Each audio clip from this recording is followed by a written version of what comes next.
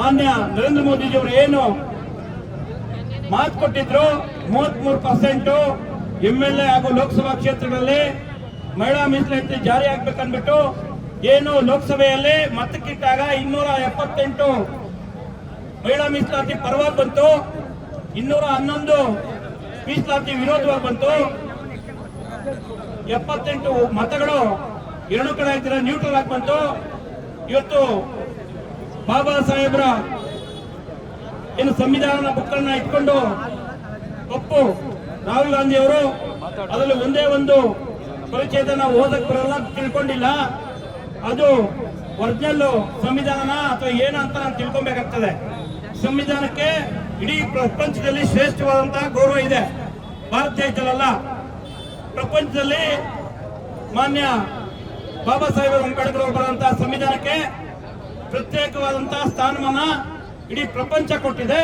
ಕೋಲಾರದಲ್ಲಿ CBSE ಸಿಲೆಬಸ್ನ top school ಪಟ್ಟಿಯಲ್ಲಿರುವ Arka international ಸ್ಕೂಲ್ನಲ್ಲಿ 2026-27ನೇ ಸಾಲಿನ ನರ್ಸರಿಯಿಂದ 10ನೇ ತರಗತಿಯವರೆಗೆ ದಾಖಲಾತಿಗಳು ಪ್ರಾರಂಭವಾಗಿದೆ.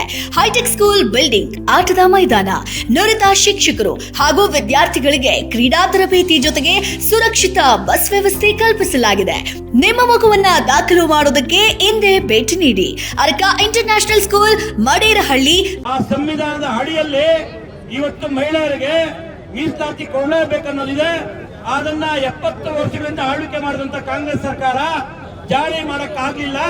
ಇವತ್ತು ಅವ್ರು ಹೇಳ್ತಾ ಇದಾರೆ, ನೀವು ಡಿಲಿಮಿಟೇಷನ್ ಹೆಸರನ್ನ ಯಾಕೆ ತೋರಿಸ್ತಾ ಇದೀವಿ ಅಂತ. ಯಜಮಾನ್ರೆ, ನಿಮಗೆ ಡಿಲಿಮಿಟೇಷನ್ ಅಂದ್ರೆ ಮಹಿಳಾ ಮೀಸಲಾತಿ ಮಾಡಿದಾಗ ಅಷ್ಟೇ ವಿಧವಾಗಿ ಅವ್ರಿಗೆ ಸೀಟ್ ಕೂಡ ಹಂಚಿಕೆ ಹಾಕ್ಬೇಕು. ಇವತ್ತು MLA ಸೀಟ್ ಕೊಡಿದಿರಾ, MP ಸೀಟ್ ಕೊಡಿದಿರಾ, ಹೆಂಗ್ ಮಹಿಳಾ ಮೀಸಲಾತಿ ಜಾರಿ ತರ್ತೀರಿ? ಕೆಲವರು ಫೇಸ್ಬುಕ್ ನನ್ನ ಫೇಸ್ಬುಕ್ ಅಕೌಂಟ್ ಅಲ್ಲಿ ಕೂಡ ಪಾಪ ತುಂಬಾ ಬುದ್ಧಿವಂತ ಹಾಕಿದ್ದಾರೆ.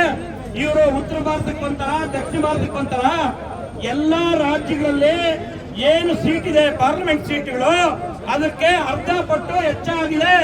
ನಿಮ್ಮ ಹತ್ರ ಮಾಹಿತಿ ಇಲ್ಲ ಅಂದ್ರೆ ನನ್ನ ಹತ್ರ ಬಂದಾಗ ನಾನು ಮಾಹಿತಿ ಕೊಡ್ತೀನಿ. ಇವತ್ತು ಉದಾಹರಣೆಗೆ 28 ಕರ್ನಾಟಕದಲ್ಲಿ ಪಾರ್ಲಿಮೆಂಟ್ ಸೀಟ್ ಇದ್ರೆ 42 ಆಗ್ತದೆ. ಇದೇ ಮಧ್ಯಪ್ರದೇಶ, ಉತ್ತರ ಪ್ರದೇಶದಲ್ಲಿ 80 ಸೀಟ್ ಇದ್ರೆ 120 ಆಗ್ತದೆ. 50 ಇದ್ರೆ 75 ಆಗ್ತದೆ. ಯಾವುದೇ ಒಂದು ರಾಜ್ಯಕ್ಕೆ ಮಾನ್ಯ ನರೇಂದ್ರ ಮೋದಿ ಅವರಾಗ್ಬೋದು, ಬಿಜೆಪಿ ಆಗ್ಬೋದು, NDA ಸರ್ಕಾರ ಆಗ್ಬೋದು, ತಾರತಮ್ಯ ಮಾಡಿಲ್ಲ. ಫಸ್ಟ್ ಆಫ್ ಆಲ್ ನಮ್ಮೆಲ್ಲ ಕಾರ್ಯಕರ್ತರು ನೀವು ಫೇಸ್ಬುಕ್ ಅಲ್ಲಿ ಆಗಲಿ, ಇನ್ಸ್ಟಾಗ್ರಾಮ್ ಅಲ್ಲಿ, ಸೋಷಿಯಲ್ ಮೀಡಿಯಾ ಆಗಲಿ ಆದಾಗ ಅವ್ರಿಗೆ ಉತ್ತರ ಈ ತರ ಕೊಡ್ಬೇಕಾಗ್ತದೆ. ಯಾವತ್ತು ನಾವು ಮೀಸಲಾತಿ ಜಾರಿ ತರ್ತೀವಿ, ಮೀಸಲಾತಿ ಜಾರಿ ತಂದಿಕ್ತಾನೆ ಅವ್ರಿಗೆ MLA ಸೀಟು, MP ಸೀಟು ವಿಂಗಡಣೆ ಮಾಡಬೇಕಾಗ್ತದೆ. ನೀವು ಡಿಲಿಮಿಟೇಷನ್ ಮಾಡಿಲ್ಲ ಅಂದ್ರೆ ಮೀಸಲಾತಿಗೆ ಏನ್ ಗೌರವ ಇರ್ತದೆ? ಇವತ್ತು ಉತ್ತರ ಕರ್ನಾಟಕ, ಉತ್ತರ ಭಾರತ, ದಕ್ಷಿಣ ಭಾರತ ಅಂತ ಇವತ್ತೇನು ಇವರು ನುಂಚ್ಕೊಳಕ್ ಹೋಗ್ತದೆ. ನಾವು ಮೀಸಲಾತಿ ಪರ ಇದ್ದೀವಿ, ಆದ್ರೆ ಇವರು ಡಿಲಿಮಿಟೇಷನ್ ಮಾಡಿ ವಿಂಗಡಣೆ ಮಾಡೋದಕ್ಕೆ ವಿರೋಧ ಇದೆ ಅಂತ ಹೇಳ್ತಾರೆ. ನೀವು ಚರ್ಚೆಗೆ ಬಂದಾಗ ಗೊತ್ತಾಗ್ತದೆ. ಬಾಬಾ ಸಾಹೇಬ್ ಅಂಬೇಡ್ಕರ್ ಅವರು ಏನ್ ಕೊಟ್ಟಿದ್ದಾರೆ, 33% ಆಗ್ಲೇಬೇಕಂತ ನೀವು ಪುಸ್ತಕ ಬದಲಾವಣೆ ಮಾಡ್ಕೊಂಡಿದ್ರಿ. ನಾವು ಇಂಪ್ಲಿಮೆಂಟ್ ಮಾಡಕ್ ಬಂದವರು. ಇವತ್ತು ಇಷ್ಟು ಸಾವಿರಾರು ಜನ ಮಹಿಳೆಯರು ಸೇರೋದು ಮೀಸಲಾತಿ ಜಾರಿ ಆಗ್ಬೇಕು, ನಮಗೂ ಸಮಾನ ಹಕ್ಕು ಕೊಡ್ಬೇಕನ್ಬಿಟ್ಟು.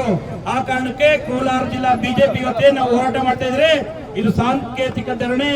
ಮುಂದಿನ ದಿವಸಗಳಲ್ಲಿ ಇಂಡಿ ಒಕ್ಕೂಟ ಏನೋ ಹಲೋ ಮಿಸ್ಟರ್ ಸಿದ್ದರಾಮಯ್ಯ ಆಗ್ಬೋದು, ಪಪ್ಪು ಯಾದವ್ ಆಗ್ಬೋದು, ಮಲ್ಲಿಕಾರ್ಜುನ್ ಖರ್ಗೆ ಆಗ್ಬೋದು, ವೇಣುಗೋಪಾಲ್ ಆಗ್ಬೋದು, DK ಶಿವಕುಮಾರ್ ಆಗ್ಬೋದು, ನೀವು ಕಾಂಗ್ರೆಸ್ ಅವರು ಮಹಿಳಾ ಓಟುಗಳಿಗೆ ಮಾತ್ರ ಬದುಕಿದ್ದೀರಿ ಅಷ್ಟೇ ಹೊರತು ಮಹಿಳಾ ಮೀಸಲಾತಿ ವಿರೋಧಿಗಳು. ಆ ಕಾರಣಕ್ಕೆ ನಾವೇನು ಹೋರಾಟ ಮಾಡ್ತಾ ಇದ್ರಿ, ಈ ಹೋರಾಟನ ಇಡೀ ರಾಷ್ಟ್ರ ವ್ಯಾಪಿ ಮಾಡ್ತಾ ಇದ್ರಿ. ಇದಕ್ಕೆ ಮನಗಂಡು ನೀವು ಮಹಿಳಾ ಮೀಸಲಾತಿ ಪರ ವೋಟ್ ಮಾಡಲಿ ಅಂದ್ರೆ ಮುಂದಿನ ದಿವಸಗಳಲ್ಲಿ ನಿಮ್ಮ ಕಾಂಗ್ರೆಸ್ ಪಕ್ಷ ಧೂಳಿಪಟ ಆಗ್ತದೆ ಅಂತ ಹೇಳಿ ಏನು ಇವತ್ತು ಸುಮಾರು 1 ಗಂಟೆ ಕಾಲ ಇಷ್ಟು ಹೆಚ್ಚಿತವಾಗಿ ಸುಮಾರು ಮುಳಬಾಗಲ್ಲು, ಶ್ರೀನಿವಾಸಪುರ, ಬಂಗಾರಪೇಟೆ, KGF, ಮಾಲೂರು, ಕೋಲಾರದ ಮಾತೆಯರು ಎಲ್ಲ ಪದಾಧಿಕಾರಿಗಳು ಬಂದು ಅದರಲ್ಲಿ ಪಕ್ಷಾತೀತವಾಗಿ ನಮ್ಮೆಲ್ಲ ತಾಯಂದ್ರು ಬಂದು ಈ ಕಾರ್ಯಕ್ರಮ ಯಶಸ್ವಿ ಮಾಡಿದ್ರೆ ಈ ಕಾರ್ಯಕ್ರಮ ಸಾಂಕೇತಿಕವಾಗಿರ್ತದೆ. ನಾವು ಮರಿಬಾರ್ದು. ಮಹಿಳಾ ಮೀಸಲಾತಿ ನಾವೇನು ಇನ್ಸ್ಟಾಗ್ರಾಮ್ ಅಲ್ಲಿ ರೀಲ್ಸ್ ನೋಡ್ತೀರಿ, ರೀಲ್ಸ್ ನೋಡಕ್ಕೂ ಕೂಡ 1 ಗಂಟೆ ಕಾರಣ 10 ನಿಮಿಷ ನೀವು ಫೇಸ್ಬುಕ್ ಅಲ್ಲಿ ಅವ್ರನ್ನ ಮಾನ ಆರಾಧ ಕಾಂಗ್ರೆಸ್ ಅವ್ರನ್ನ ಅಂತ ಹೇಳಿ ಈ ಕಾರ್ಯಕ್ರಮನ ಇಲ್ಲಿ ಮುಗಿಸ್ತಾ ಇದ್ದೀರಿ.